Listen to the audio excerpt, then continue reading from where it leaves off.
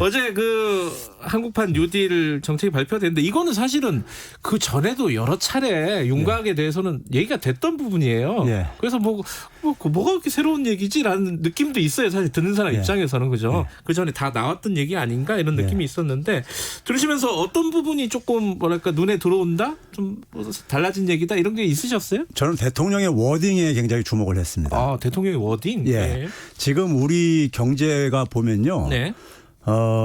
전 세계 경제가 다 그렇지만 미국 경제를 기준으로 할 때요. 네. 2000년 이후에 이 산업계가 지각 변동을 하고 있어요. 네. 그러니까 전통적인 그러니까 제조업이 이제 이 퇴각을 하고 있고 네. 소위 말해서 뭐 구글 같은 이런 이제 소위 플랫폼 기업들이 네. 이제 부상을 하기 시작했었어요. 네.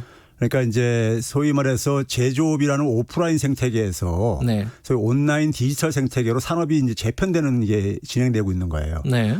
그런데 이제 우리 같은 경우는 IT 혁명 이후에 닷컴 사업 모델까지 쫓아갔는데 그 이후에 플랫폼 사업 모델로 잘 쫓아가지 못하고 있는 상황이에요. 우리는요. 네. 그러니까 이게 지금 어떻게 보게 되면 경제 생태계가 지금 근본적인 변환이 있는 거기 때문에 네네. 여기에 빨리 적응을 하는 게 굉장히 중요하고요. 네. 그런 점에서 이제 대통령께서 사실 그러니까 새로운 백년 설계라는 표현은 저는 굉장히 시의적절한 표현이라고 봐요. 백년 설계. 네, 대전환 선언 뭐 이렇게 대한민국 네. 대전환 선언한 것은 그래서 저는 정치인들 중에서 가장 지금 시대 변화 상황을 정확하게 인식을 하고 있다. 이렇게 좀 이제 평가를 하고 싶고요. 그다음에 네. 이제 코로나19 이후에 예. 우리가 더 이상 이제 그러니까 인간과 자연이 공존을 하든지 아니면 공멸을 하든지를 선택을 강요를 받고 있어요.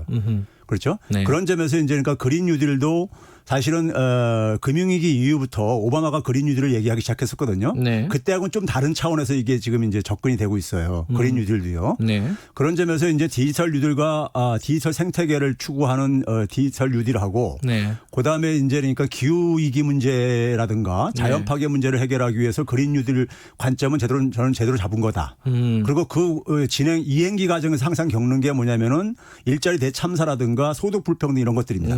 그래서 그걸 이제 막기 위해서 소위 사회 안전망 강화. 네. 이건 저는 이제 정확한 인식이라고 보고 네. 이게 굉장히 시간이 걸릴 수밖에 없지만은 이게 갈 길이다라는 것은 정확하게 저는 워딩은 짚었다고 봐요. 그런데 좀 이제 아쉬운 건 뭐냐면은 예. 이거는 기재부가 할 일이 아닙니다. 기재부는 기본적으로 성장의 방점이 찍혀 있는 부서예요. 네. 근데 이 우리가 그린 뉴딜이라든가 디지털 생태계는 성장 관점만 가지고 풀 수 있는 문제가 아닙니다. 이건 사실 청와대 정책실 같은 데서 해야 되는 거예요. 네. 그림을 만약에 이렇게 대전환을 그리려면요. 네. 그런 점에서 대통령은 방향을 제시했는데 그 안에 내용을 채워 넣어야 될 예. 이게 좀 이제 그러니까 저는 굉장히 그러다 보니까 좀 빈틈이 많이 보인다. 이렇게 좀 평가할 수 있겠습니다. 예. 저번에 사실 6월 달에 저희랑 인터뷰를 하시면서 예. 그런 비슷한 얘기를 하셨어요. 예. 뭐였냐면은 이제 그때 한국판 뉴딜의 윤곽이 그때 나왔었거든요. 예, 맞습니다. 그때 예. 그 얘기 하셨어요. 기재부가 뉴딜 개념을 제대로 이해를 하지 못하고 맞습니다. 있다. 이 예. 얘기도 하셨고 그리고 지금 문재인 정부에서 초기부터 추진하고 있었던 혁신성장 있잖아요. 예. 그 내용하고 뭐가 그렇게 다른 거냐. 재포장한 거에 불과했다 하다. 예. 그렇게 얘기하셨는데 그 생각은 지금도 유효하신 생각인가요? 예, 맞습니다. 그러니까 예. 이제 그 부분이 디지털 뉴딜에 예. 처음에 기재부가 짤 때요. 한국판 뉴딜을 예. 디지털 뉴딜을 중심으로 짰었어요. 예. 근데 이제 대통령께서 이제 그러니까는 그린 뉴딜도 중요하니까 포함시켜라고 이제 주문을 했고 그다음에 이제 전 국민 고용 보험제도 이제 이제 중요성을 네. 얘기를 하다 보니까 네. 이걸 이제 그러니까 결합을 시킨 거예요. 예. 기재부에서 그러니까요. 네. 사후적으로요. 근데 이제 기재부가 이제 제가 그렇게 지난 인터뷰에서 표현했던 이유는 네. 현 정부 들어와 가지고 사실은 뭐 박근혜 정부 때부터 사실 연장선에 있는 건들인데요. 네. 소위 소위 말해서 김동연 부총리 때 표현했던 것이 혁신성장을 표현했던 것이 플랫폼 경제 활성화를 했었어요. 네. 그리고 이제 홍남기 부총리가 DNA를 얘기를 하는데 네. 이번에도 DNA를 얘기를 하고 있고요. DNA가 일종의 뭐냐면 네트워크 경제, 플랫폼 경제는 같은 말이에요. 네. 그런데 이제 DNA에 대한 이해를 하려면 구글 모델 보면 딱 이해가 됩니다. DNA가 뭐냐면 데이터, 네트워크, 인공지능이거든요. AI거든요. 이게 뭐냐면은 네트워크, 사람들을 연결시켜 가지고 네. 디지털 상에서 연결을 시켜서 데이터를 뽑아내고 네. 그 데이터를 가지고 인공지능 기술을 발달시킨다는 게 이게 DNA 개념인 겁니다. 이게 네네. 구글 모델이죠. 정확하게요. 네. 그러면 이제 이 구글 같은 기업들이 많이 만들어지면 이게 이제 정책이 사실은 효과를 보는 거예요. 네. 그러니까 사람들이 창업을 할 때 플랫폼 사업 모델로 구글 모델로 창업을 하고 네. 그러고 나서 거기서 얻어지는 데이터를 가지고 데이터를 가지고 데이터를 활용을 해가지고 새로운 사업거리라든가 새로운 일자리를 만들어낼 수 있으면은 이게 이제 소위 디지털 생태계가 이제 그러니까 네. 정착되어지는 거라고요. 그런데 현 정부에서는 뭐냐면은 이제 정부가 할 수 있는 게 한계가 있긴 해요. 그렇죠. 이거 말씀하신 건 민간 영역이잖아요. 또. 그렇죠. 예. 정부는 결국은 뭐냐면 이제 그 근본적인 인프라라든가 이걸 해줘야 되는데 제가 이제 정부에 대해서 아쉬워하는 것은 뭐냐면 정부가 꼭 해야 될 일이 뭐냐면은 네. 제가 이제 생태계라는 관점을 봤을 때 우리가 기존의 제조업 같은 경우를 만약에 사막 생태계에 비유하고요. 디지털 생태계를 강 생태계에다 비유를 한다면은 지금 강 생태계를 만든다고 하면서 정부가 하는 일은 뭐냐면은 땅을 파가지고 네. 콘크리트 쳐가지고 소위 풀장을 생각해 보면 돼요. 예. 거기다 이제 수돗물 틀어놓고 해가지고 예. 풀장을 인공 풀장을 만들어 놓고 이게 이제 강이다, 강 생태계다 이렇게 지금 이제 생각하는 경향이 있다 이거예요. 근데 강에 사는 동식물 생명체들하고 네. 사막에 사는 생명체는 전혀 다르잖아요. 네. 그러면 이 부분을 해결할 것이 결국은 교육 같은 것들입니다. 네. 그러니까 데이터를 활용할 역량. 그다음에 데이터를 가지고 그러니까 그것을 가지고 이제 그러니까 활용하려면 아이디어가 굉장히 많아야 됩니다. 그러니까 근데 현재 지금 교육 방식은 그런 아이디어를 그러니까 활용하는 이런 역량하고는 굉장히 거리가 멀거든요. 그래서 창업이 그러니까 사실은 이 소위 디지털 생태계에 맞는 그런 사업으로 많이 창업이 돼야지만 되는 부분인데 네. 그런 부분들을 정부가 이제 그러니까 소위 말해서 해야 될 일이 있는 것이고 예. 그다음에 기업들이 해야 될 일이 있는데 지금 우리나라 대기업들이 플랫폼 사업 모델을 제대로 이해 못하고 있어요. 삼성전자, 현대차 모든 대기업들이요. 그럼 결국은 이게 사실 어렵습니다. 예를 들면 제조업하고 전혀 다른 원리다 보니까 미국도 제너럴 일렉트릭이 몰락하는 이유가요. 여기 진화를 못해서 그런 거예요. 그러면 결국은 뭐냐면 새로운 부상하는 창업 기업들이 이걸 영역에 들어가야 되는 건데 그러려면은 그런 소위 디지털 생태계에 적합한 사업 창업을 할 수 있는 역량을 가르치는 건 교육의 영역입니다. 그런데 이걸 기재부가 사실은 한다는 것은 사실은 어폐가 있는 거죠. 네. 그러니까 지금 사회 전반적인 개조라고나 할까요? 뭐 그런 차원일 텐데 결국은. 맞습니다. 근데 네. 그런 측면에서 보면은 좀 미진하다. 예. 내놓은 것들이. 그러니까 그린 뉴딜도 마찬가지예요. 예. 그린 뉴딜을 그러니까는 사실 이명박 정부 때 녹색 성장을 얘기를 했었잖아요. 네. 오바마도 했었었고요. 예. 근데 그게 제대로 안 된 이유가 뭐냐면은 성장에다 방점을 찍게 되면요. 네. 결국은 뭐냐면 인간들의 삶의 질의 개선이라든가 그다음에 우리가 이산화탄소 배출 이런 것들을 하게 되면 사람들의 사고와 행동을 다 바꿔야 되는 부분들이에요. 기업들이 우리나라가 소위 말해서 기후 악마라고 이렇게 악당이라고 표현될 정도로까지 예. 이산화탄소 배출량이 굉장히 많은 나라란 말이에요. 네. 에너지도 굉장히 다소비적인 구조고요. 이걸 바꿔야 되는 건데 기재부가 하게 되면요. 이게 기업들한테 비용 유발한다고 해가지고 이걸 못해요. 그러니까 결국은 뭐냐면 재생에너지 소위 새로운 시장 개척 이런 쪽으로 초점을 맞춥니다. 기술 이런 쪽으로 그러니까요. 예, 예. 그러면 결국은 이제 그러니까 과거 이명박 정부 때하고 별 차이가 없어진다 이거죠. 그래서 이것은 기재부가 할 일이 아니에요, 사실은요. 요번에도 보면은 예를 들어 그린 뉴딜 같은 경우에도 뭐 기후 변화에 대한 대책 중에 뭐 온실가스 감축 목표라든가 이런 게 구체적으로 설정이 안 돼 있어요. 없죠. 예. 기재부는 그걸 말을 못 한다니까요. 이게 기업들 부담해 가니까요. 네. 성장에다 방점을 찍고 있으니까 그런 거예요. 근데 지금 최 교수님 말씀하신 걸 들어보면 이게 뭐 1, 2년 사이에 승부가 날 수 있는 게 아니라 좀 장기적인 플랜 아니겠습니까? 맞습니다. 그죠? 그래서 제가 이제 대통령의 워딩에 주목을 예. 하고 대통령은 이번 정권에서는 그러니까 기본만 깔고 예. 계속해서 이게 그러니까 정권이 야당으로 바뀌더라도 네. 계속해서 추진돼야 될 하나의 방향인 거예요. 네. 방향이라는 점에서는 처음에 잘 깔아야 되는 거죠. 처음에 방향을 잘 잡아야 되는 거죠. 그러니까 단기간 내 성과에 급급하지 말고 네. 이게 대한민국의 그러니까 기본적으로 미래를 만드는 일이기 때문에 이게 미래 만드는 일이 1, 2년은 되겠습니까 이게요. 예. 근데 지금 사실은 정부가 임기가 있잖아요. 예. 문재인 정부 임기가 뭐 2년밖에 예. 안 남지 않았습니까? 그럼 그 이후에는 이게 연속적으로 예. 지속성을 가지고 정책이 추진될 것인가? 예. 그게 좀 뭐랄까 걱정을 하는 사람들도 있고 우려하는 사람들도 있는 거 아니겠습니까? 맞습니다. 그죠? 그러니까 이게 방향을 잘못 설정하게 되면은 네. 차기 정부에서 수정을 할 수밖에 없어요. 그러니까 방향을 근데 제대로 설계를 하게 되면은 차기 정부도 이게 가야 될 길이기 때문에 그걸 연속선상에서 추진할 수밖에 없다는 거죠. 그래서 처음에 그러니까 기본 설계를 잘 짜야 되는 거예요. 어떤 부분이 그러면 제일 부족하다고 보세요? 구체적으로는? 그러니까 아까 제가 이제 디지털 뉴딜 부분에서는 네. 지금 정부가 주로 하는 것은 그러니까 우리가 소위 하드웨어적인 인프라에 초점을 맞추고 있는 거예요. 5G 뭐 망을 그렇죠. 이제 망이라든가 아니면 전국으로 깐다. 비대면 산업을 육성한다든가 예. 그린이들도 그 관련 어떤 신재생에너지 기술이라든가 뭐 이런 맞아요. 쪽으로 가고 있어요. 예. 그런데 제가 아까 얘기했듯이 강 생태계, 디지털 생태계에서 살 수 있는 거기서 경제 플레이를 할 수 있는 사람들과 개인들과 기업을 그러니까 우리가 육성을 해야 된다 이거예요. 근데 그런 부분들에 대한 이 인식이 없다 이거예요. 그리고 이제 그린 뉴딜 같은 경우도 마찬가지죠. 그린 뉴딜이라는 것은 그러니까 우리가 그냥 그린 산업만 육성해서 되는 게 아니라 네. 우리가 소위 말해서 그러니까 우리가 지금 기후 위기를 만약에 우리가 초점을 맞춘다고 한다면은 네네. 기후 위기와 관련해 가지고 사실 우리들의 삶의 방식 그다음에 기업들이 그동안에 소위 생산했던 방식도 네. 근본적으로 어쨌든 간에 변화가 필요한 거란 말이에요. 예. 그 이런 것들에 대한 그러니까 부분들을 저는 기재부가 할 수 있는 영역이 아니라는 거죠. 그러니까요.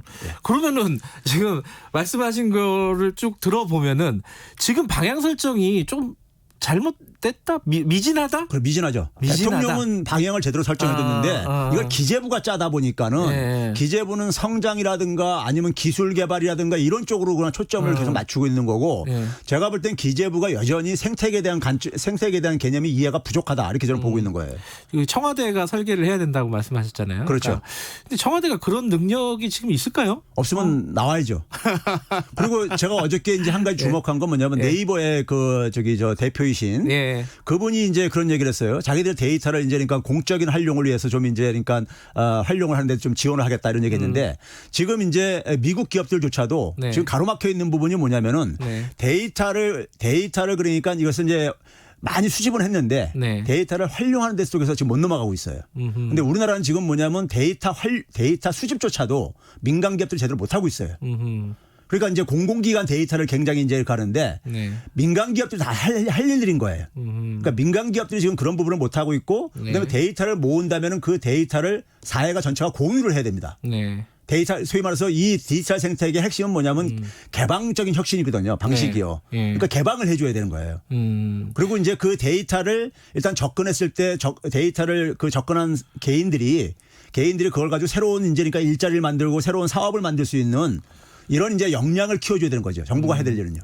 근데 이제 그게 지금 어제 발표된 걸 보면은 뭐 예를 들어 10대 대표 산업 같은 것들을 발표하고 어떤 사업별로 고용 창출이 뭐 몇만 명이 벌어진다. 이게 이제 구체적으로 이제 돼 있잖아요. 그게 이제 현실성 있는지를 좀 차치하고서라도.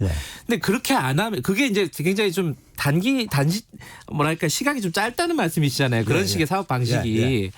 그런데 보는 사람 입장에서는 그런 거라도 없으면은 이게 참 공허하다. 이 뭐 100년 되게 좋은데 뭐 강생태계 다 좋은데 좀 너무 공허하고 큰 얘기만 하는 거 아니냐 이렇게 느낄 수도 있는 거 아닌가요? 그런데요. 지금 현실을 보시게 되면은 보게 되면 지금 대학을 졸업한 청년들이 지금 뭐냐면 갈 데가 없어요. 네. 그 얘기는 결국 뭐냐면 우리나라는 제조업의 과잉 의존 구조인데 제조업의 위기가 한 30년 전부터 진행되어 왔어요. 그럼 갈 데가 없는 데 속에서 지금 뭐냐면 국가 경제든 개인이든 간에 미래가 지금 그러니까 지금 위기 상황에 놓여져 있는 거예요. 그래서 이제 대전환이라는 표현이 제가 워딩이 굉장히 정확하다고 보는 거고 그래서 이것은 우리가 지금 교육에다 엄청난 많은 개인들이 투자를 해더라도 그 효과를 못 보고 있는 거잖아요.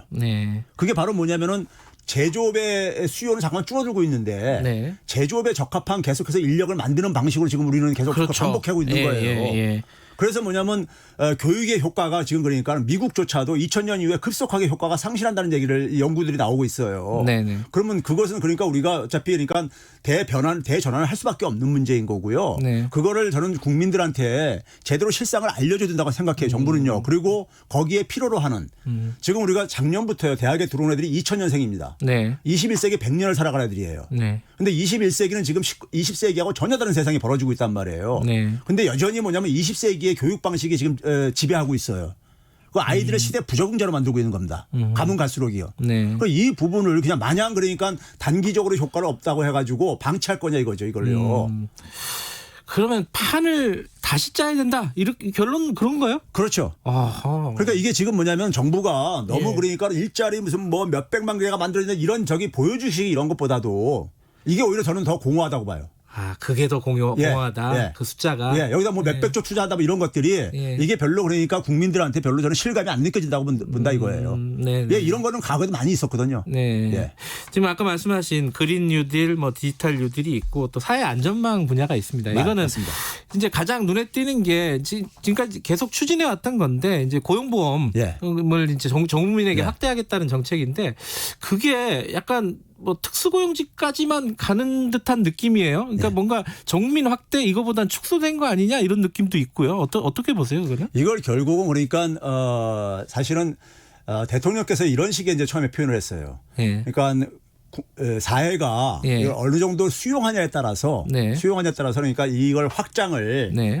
속도도 조절할 수 있고 네. 결국 이제 우리 사회가 얼마나 이제 수용하냐 달려 있는 건데 저는 그렇게 봐요. 한 50% 이상이 지금 그러니까 가입을 못 하고 있단 말이에요. 현실이요. 네. 네. 그러니까 우리나라 산업 구조의 특성도 거기에 있습니다. 네. 그러니까 우리나라는 이제 그러니까 비임금 근로자가 굉장히 많아요. 거기다가 이제 지금 플랫폼 산업으로 이렇게 전환하면서 이런 문제도 있고요. 네. 그럼 이 속에서 사실 고용보험제라는 것은요. 과거에 그러니까 임금 노동자가 절대적으로 많이 구성하던 시대에 사실 나온 제도예요. 사회안전망제도입니다. 네. 그러면 그 제도가 사실은 수명이 다한 거예요. 다한 거기 때문에 그러면 사회안전망 설계도 마찬가지로 시대 변화에 맞춰서 네. 하려면 결국 뭐냐면 보험제도보다는 사회보험제도보다는 세금을 걷어가지고 공적 네. 구조 차원 속에서 소위 뭐서 자기 일자리를 상실한 사람들에 대해서 네. 전체적으로 다 지원해 주는 방식으로 소득에 기반을 해서 세금을 걷고 그 세금을 거둔 거 가지고 공적 구조로 그러니까 지원을 해 주는 것이 저는 오히려 촘촘하게 더 짤 수 있다고 저는 봅니다. 그 사회 안전망도 판을 다시 짜자네요. 그렇죠. 결국은. 예, 그래야죠. 산업 구조가 지금 다 예. 바뀌고 있기 때문에요. 말 나온 김에 요거 간단하게 하나만 여쭤보고 넘어갈게요. 그 70대책이라고 할까요? 그 정부 부동산 대책 나왔을 예. 때 이제 이 종부세를 최고 세율 6%까지 올린다는 거 아니에요, 예. 그죠? 근데 이게 김두관 의원 같은 경우에 부족하다, 신용만 냈다 이렇게 비판을 했어요. 여기 어떻게 생각하세요, 이거는? 이게 이제 대통령이 지금 이제 최대 민생과제라고 하다 보니까 예. 관료들이 그런 과거에도 마찬가지인데요. 관료들이 그러면 굉장히 이제 하는 식으로 이제 저걸 보입니다. 반응을 보여요. 네. 그래서 이번에 보게 되면은 일반 국민들이 볼 때는 종부세만 다 초점 맞추니까는 예. 센 대책이다 이렇게 하는데 허점이 많아요. 아, 허점이 많다는 얘기는 예. 허점이 많게 되면 이게 결국 효과를 그러니까 결국은 보기 힘들다는 얘기입니다. 대표적인 게 뭐냐면요. 우리가 양도세 같은 경우 보게 되면은 예. 단기적인 투기를 하는 사람들에 대해서 예. 규제를 한다고 해가지고 1년 이내 팔면은 70%, 네. 2년 이내면 60% 뭐 이렇게 했잖아요. 예. 2년이 넘으면 기본세율로 돌아가게 돼 있어요. 그럼 사람들이 어떻게 하겠습니까? 당연히 안 팔죠. 2년 이상 버티죠. 그게 유리하니까요. 네. 거기다가 뭐 임대사업 소득자들도 뭐 유연율 논란이 이러면서 그러니까 이거 당장 폐지를 해야 되는데 혜택도 폐지를 해야 되는데 이것도 안 하고 지금 눈치만 보고 있는 거예요. 시중에. 눈치만 보고 예. 신용만 낸 흔적들이 좀 있다. 그리고 고위 공직자들이 저는 백지 신탁제 도입을 해야 된다고 생각합니다. 해가지고 자기들의 그러니까 지금 신뢰가 너무 떨어졌기 때문에 예. 신뢰 회복이 없으면요 정책은 작동 안 합니다. 알겠습니다. 예. 모든 분야에 대해서 지금 판을 다시 짜야 된다고 예. 교수님께서는 오늘 여러분 워낙 말씀하셨습니다. 적폐가 많이 쌓여 있기 때문에요. 알겠습니다. 오늘 급하게 오셔가지고 말씀 감사합니다. 네. 건국대학교 경제학과 최백은 교수님이었습니다. 네, 감사합니다.